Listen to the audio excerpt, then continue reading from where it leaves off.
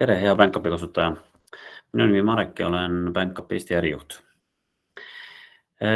Vaatame täna üle vast kõige olulisema funktsionaalsuse BankUpis, mis on siis müügiarved ja müügiarvete siis koostamine ja saatmine. Jagan teiega nüüd ekraani.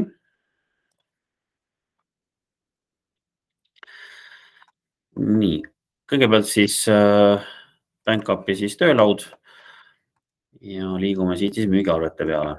Võib-olla näitan kõigepealt ära ka väikse nipi, mida olen ka vist varasemalt juba ära märkinud, et kui te kasutate näiteks müügiarveid kõige aktiivsemalt siin ja kui soovite, et keskkonna sisenedes avaneks teil kohe müügiarvete vaade, siis siin üleval on selline tärnikene. Aktiveerides selle tärni, siin on ta mul juba aktiveeritud, siis ongi sisse logides automaatselt teil kohe müügiarved ees. Alustame siis võib-olla müügiarvete, kui teil on näiteks müügiarved juba näiteks loodud arvutis ja on ta kuskil teil PDF-ina salvestatud, kuidas seda sisse keskkonda saada. Vajutades siis laadi dokument ülesse, valite siit müügiarve ja üles ta siia selle laebki. Eelnevalt on mul siin juba üks arv üles laetud. Nii kui me siia peale nüüd klikkame, siis me näeme ka selle arve PDF vaadet, milline see on. See algab keskkonnas digiteerimine ja mõne aja pärast on see arve siis digiteeritud ja valmis siis välja saatmiseks. Võtab nüüd väikse hetke siin aega, senikaua ma näitan siis ära, kuidas luua uut arvet.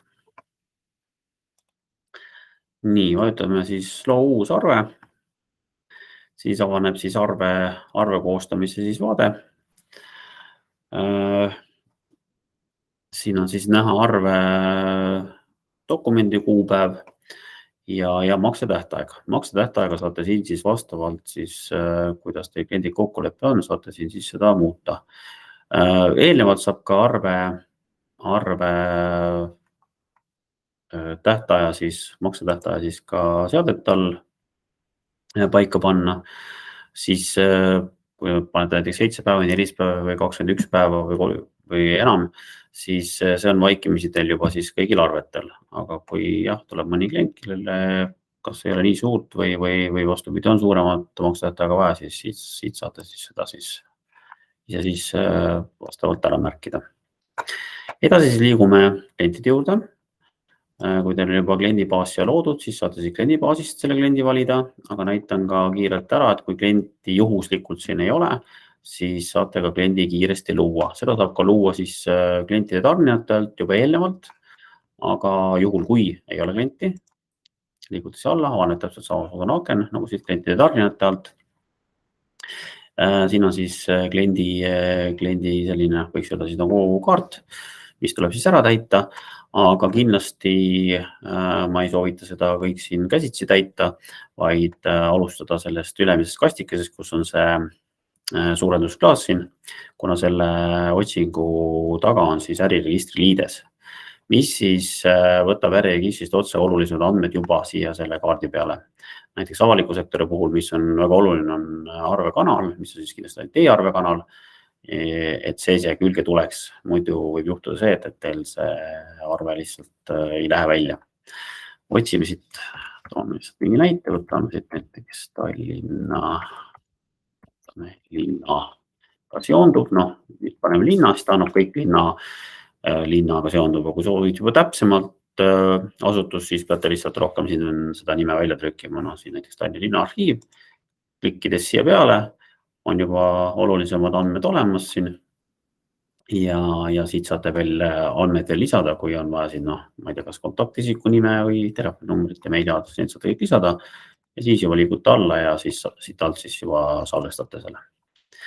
Hetkel me seda salvestama ei hakka, vaid valin siit juba meil eel siis salvestatud mõne kliendi, võtame näiteks Tallinna Sadam, siis ettevõte, nii. Klient on valitud, liigume alla, kus on siis arve juba siis koostamine. Siin on samamoodi saate koostada seda arvet manuaalselt, saate kõik andmed manuaalselt sisse kirjutada, aga märksa lihtsam on, kui teil on loodud juba tootekataloog. saate ka otse tootekataloogist kohe andmed võtta. No näiteks siin olime siis võib-olla siis kõige tänase päeva kõige aktuaalsem teema siis elekter.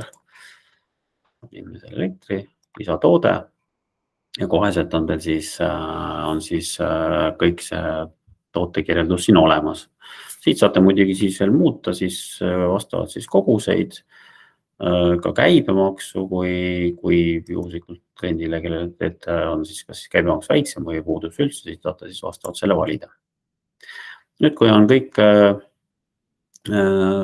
andmed siin olemas,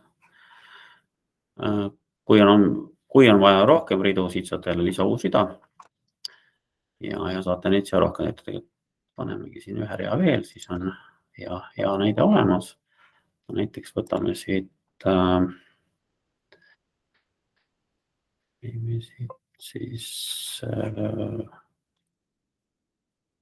võtame siit sellise rea, lisatoode. Nii. Siin on veel olemas selline kastike nagu kommentaarid. Siia saate lisada ka sellise lisamärkuse, mis siis tekib sinna firma andmete alla siis päisesse. Mõnede firmade puhul näiteks on vaja võib-olla, kui on mingisugune kaubamüük, et siis kuhu osakonda või kuhu kuludesse läheb, siis saate seda märkida, et see oleks, ütleme siis kliendi poolt soovitud siis seal arve üles märgitud. Kui nüüd kõik andmed on olemas, siis ei olegi muud, kui lihtsalt saate siit arve siis salvestada. Kui arve on salvestatud, siis saate siit alt juba vaadata selle arve siis PDF vaadet. Milline see arve siis nagu välja tuli. Kui te märkate, et arvel on midagi puudu või valesti või tahate parandusi teha, siis saate uuesti siit muuda nupu alt, siis uuesti liikuda samasse arvevaatesse, teha need muudatused, parandused ära ja siis uuesti salvestada. Nüüd, kui on arve kõik korrektne ja ta soovite arvet välja saata, siis vajutate siia ette kastikesse teete linnukese, tekib teil siuke väike menüü riba siin ja siin olemas siis saada. Kui te aga soovite veel korra pilgu peale visata, siis uuesti vajutate selle arve lahti. Näete ka siin, et arvekanal on õige, et see on mõistlik alati üle kontrollida, e-arvekanal, korrektne, siis samamoodi saate siis siit ülevalt siis selle arve siis juba siis e-arvekanalisse siis välja saata. Seni oleks siis arve siis koostamine siis manuaalselt. Nüüd see eelnev arve, mida ma siis arvutis ja üles laadisin, hetkel veel see digiteerimine veel lõppenud, aga enne seda ma tõmbasin ka sama arve siia veel korra üles, see on nüüd digiteerimise lõpetanud, kui ma siia peale klikkan, siis te näete, et on kenasti kõik need kastikesed siin ära täitnud ja arve on samamoodi siis väljasaatmiseks siis valmis. Võib-olla üks väikene selline mugavusnipp veel, mida ma võib-olla näitaksin selle müügiarvete puhul, on see üleüldine see müügiarvete see vaade siin. Et hetkel on siin siis, nagu näha, on siis tehtud selline vaade koostatud, et on siin arve number, firma nimi, siin või kliendi number ja nii edasi. Siin on kõik need erinevad siis need vaatened. Täna on see pilt siin üsna kirju. Kui te näiteks ei soovi mingisugusel hetkel, et siin nii palju asju näha oleks, siis seda vaadet saab siin muuta vastavalt täpselt oma soovile. Ja siin selleks on selline koht nagu tabeli valikud. Avate selle, siis siin paremas tulvas on nüüd kõik need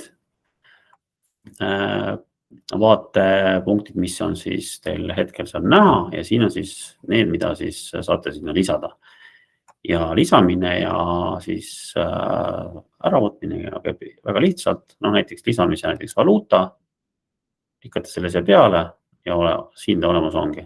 Soovite ta uuesti ära võtta, mõtlete, et enam pole seda vaja, vajutate siia peale ja selle uuesti vaatest ära. Kui soovite vaate järjekorda muuta, hetkel on siis algab siis vaade siis arve numbri kliendi nimega ja siin ta järjest läheb. kui soovite näiteks mingeid asju nagu ettepoole tõsta, siis käib Simme lihtsalt niimoodi lohistades. Täpselt nii, nagu saate selle vaate siis järjekorda muuta. Vastavalt siis, kuidas teil siis mugavam on. Ehk et selline oleks siis selline kiire ülevaade müügiarvete siis koostamisest. Kui tekib veel küsimusi sel teemal või kui jääte kusagil hätta, siis aitab meeleldi meie teenindus. Võite kirjutada meie teenindusaadressi teenindus@bankcup.ee või siis helistada meie siis teenindustelefonile 6 519 519. Mina tänan ja järgmiste kohtumisteni.